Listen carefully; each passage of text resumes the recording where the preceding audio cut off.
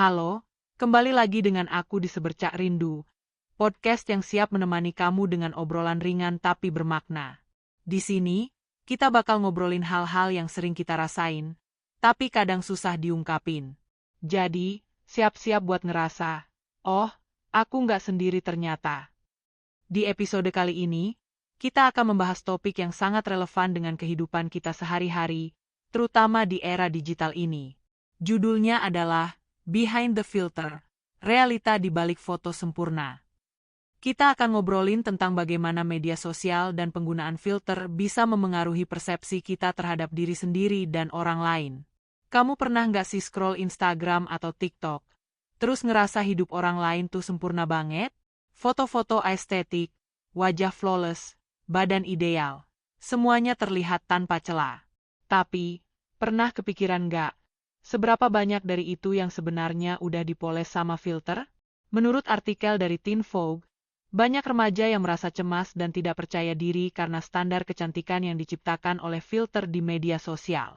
Beberapa bahkan mengalami apa yang disebut filter dysmorphia, yaitu keinginan untuk terlihat seperti versi diri mereka yang sudah difilter.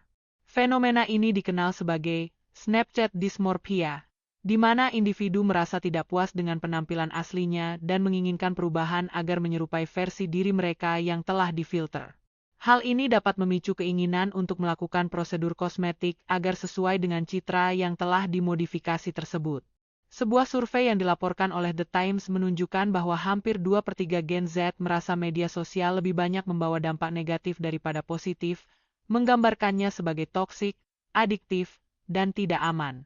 Banyak yang menyesal telah menghabiskan waktu terlalu banyak di media sosial saat masih muda. Media sosial seringkali menjadi ajang untuk membandingkan diri dengan orang lain, yang dapat menyebabkan perasaan tidak cukup baik, kecemasan, dan stres. Paparan terhadap citra tubuh yang tidak realistis di media sosial dapat menyebabkan ketidakpuasan tubuh dan masalah citra tubuh pada remaja. Menurut penelitian yang dipublikasikan dalam JAMA Psikiatri, remaja yang menggunakan media sosial lebih dari 3 jam per hari berisiko tinggi mengalami masalah kesehatan mental, terutama terkait dengan citra diri.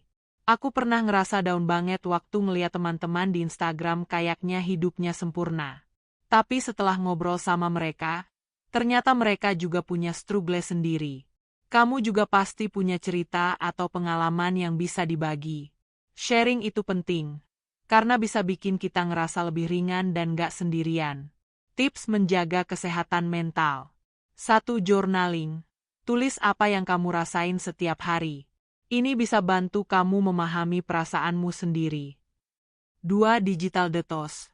Luangkan waktu tanpa gadget. Nikmati momen tanpa gangguan notifikasi. 3. Olahraga ringan. Jalan kaki atau stretching bisa bantu mood kamu jadi lebih baik.